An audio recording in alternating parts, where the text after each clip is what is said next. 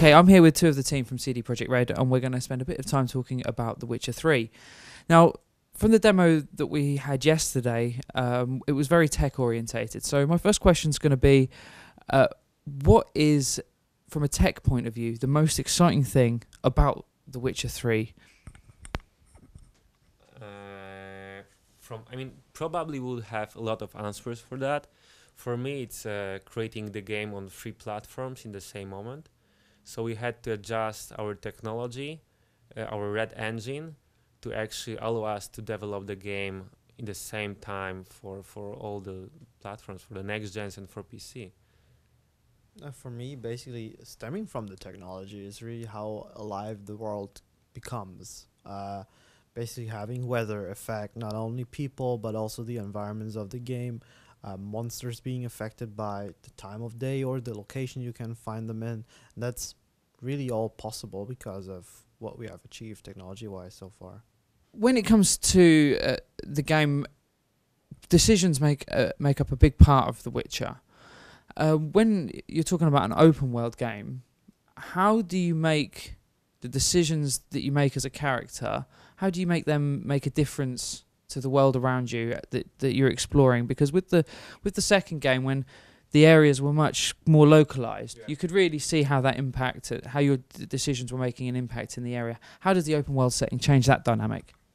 I mean, it required more hard work, actually, because you have to anticipate what gamers will do, in what order, and you had to adjust the story and the quest to what they can actually do. You have to include this knowledge into the design of not the levels of the world, and also predict how they will travel, where the gamers will go, and how we want to grab their attention to kind of steer them in the proper place. So this process is just way more complicated and require more experience and a bigger team. But I guess we have it right now. We are in the position when we have years of experience in role-playing games. We started our adventure 13 years ago. We have a team of over 200 experts in different fields, and that's how we want to do that. I mean, without entering super detailed technical things.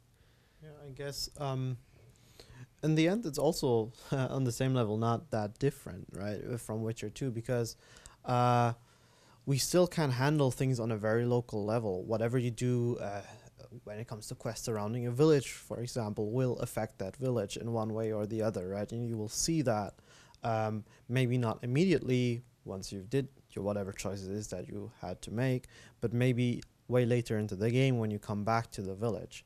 So we have these things still on a very localized level, and not only on a grand scale.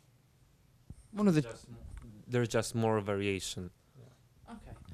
Well, one of the biggest challenges must be taking kind of a linear story and then placing that in an open world setting. What kind of challenges has that presented you?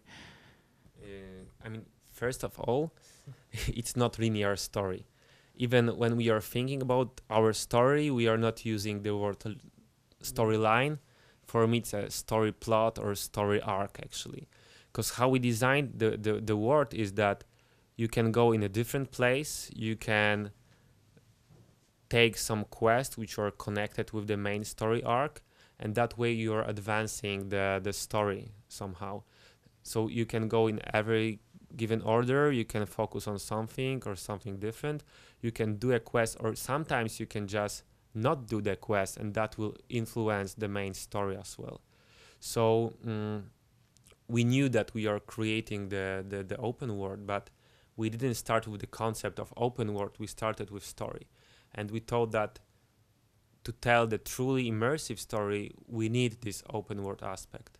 Possibility to go back, to do the things in a order on which you want to focus, yeah. That's something what we wanted to give to the gamers. And it's not, it's challenging, but it's not a blocker. This is what we want to do and how we want to tell this story. Yeah, we really want to allow players to be able to revisit certain locations in the game at any point in time and view the changes that have come due to the progression of yours in the story and depending of the choices you made. So that's something that really plays a big role for us. So the Witcher series is obviously your main IP and takes a lot of your attention. You're wrapping up the trilogy with The Witcher 3. Would you be tempted to maybe look at some of the stay within the series but within the IP, but maybe look at different characters in future games? Or when you finish with the story of Geralt, is that going to be the end? So far, we really, honestly, we don't have a clue what will happen after we release Witcher 3. We know that it will be the end for us and Geralt's story, right? The trilogy of Geralt's story will end. But as to what comes after, the team, and I can only speak for myself there, but I guess it applies to many people working on the game, we're still very much in a mentality where we're not seeing the end of it, and where we're really still wrapped up or in the process of wrapping up the whole work that still goes into the game, as again, we're not releasing just yet. Yeah, I mean, we are still focusing on The Witcher, and it's really hard to plan for years to come when you have project of this size in front of you. And from the other side, we know that we have another project, which is Cyberpunk, just around the corner, actually one floor above us. And I think the moment when we finish with The Witcher, we will focus on Cyberpunk and we will pay full attention to this project. At that moment, we'll work on something maybe else, maybe not, we'll see. I mean, we have a lot of people, talented people, so we would have to use this somehow, but it's too early to tell you how. Actually, I don't know, to be honest, what will happen after Cyberpunk.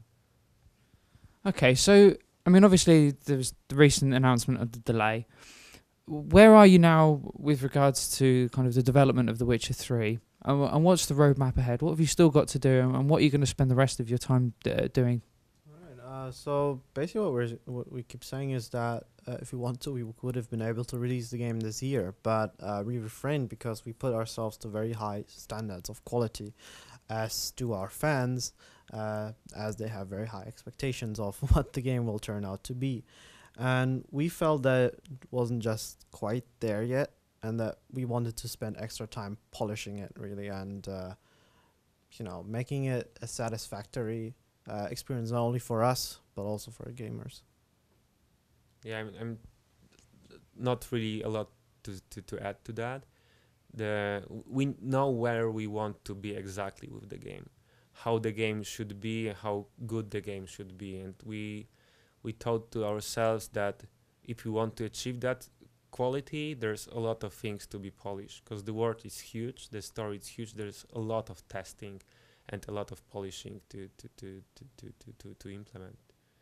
So yeah, so we are still working on that. A lot of work ahead of us. Excellent. Well, thank you very much for your time. It's been a pleasure.